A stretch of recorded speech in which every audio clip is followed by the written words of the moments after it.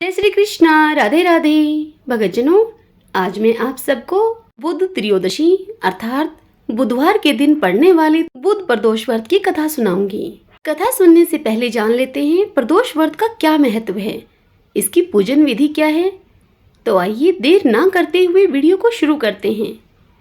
हिंदू पंचांग के अनुसार हर महीने की त्रयोदशी तिथि को बुध प्रदोष व्रत रखा जाता है।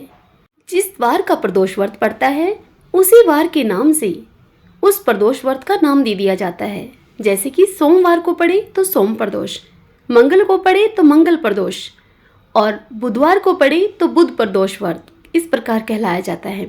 ऐसा कहते हैं कि इस दिन यानी कि बुध प्रदोष के दिन भगवान शिव और गणेश जी की पूजा करने से जीवन की हर मुश्किल खत्म हो जाती है।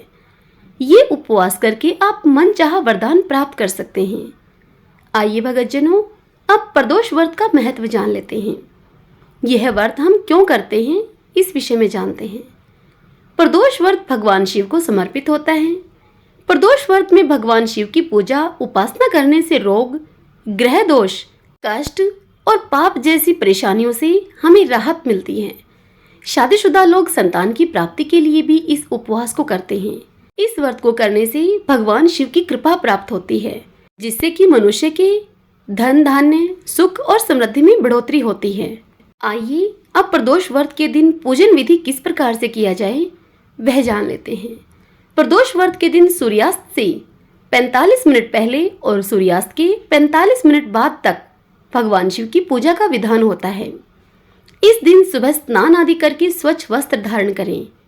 इस व्रत में हल्के लाल या फिर गुलाबी रंग के वस्त्र धारण करना शुभ होता है।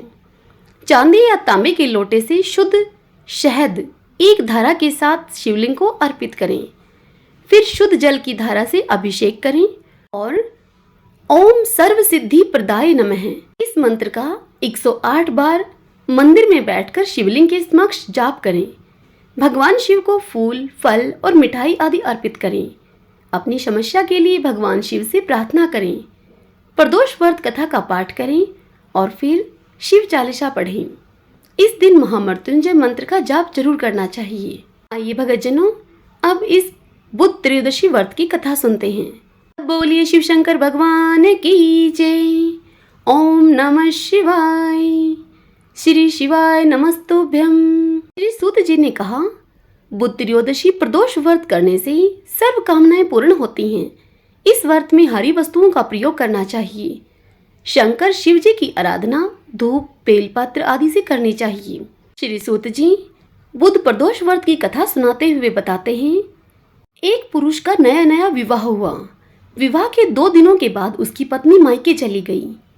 कुछ दिनों के बाद वह पुरुष पत्नी को लेने के लिए उसके यहाँ गया। बुधवार को जब वह पत्नी के साथ लौटने लगा तो ससुराल पक्ष ने उसे रोकने का प्रयत्न किया और उससे कहा कि विदाई के लिए बुधवार शुभ नहीं होता। लेकिन वह पुरुष नहीं माना और अपनी पत्नी के साथ वह चल पड़ा। नगर के बाहर पहुंचने पर पत्नी को प्यास लगी। पुरुष लोटा लेकर पानी की तलाश में चल पड़ा। पत्नी एक पेड़ के नीचे बैठ गई।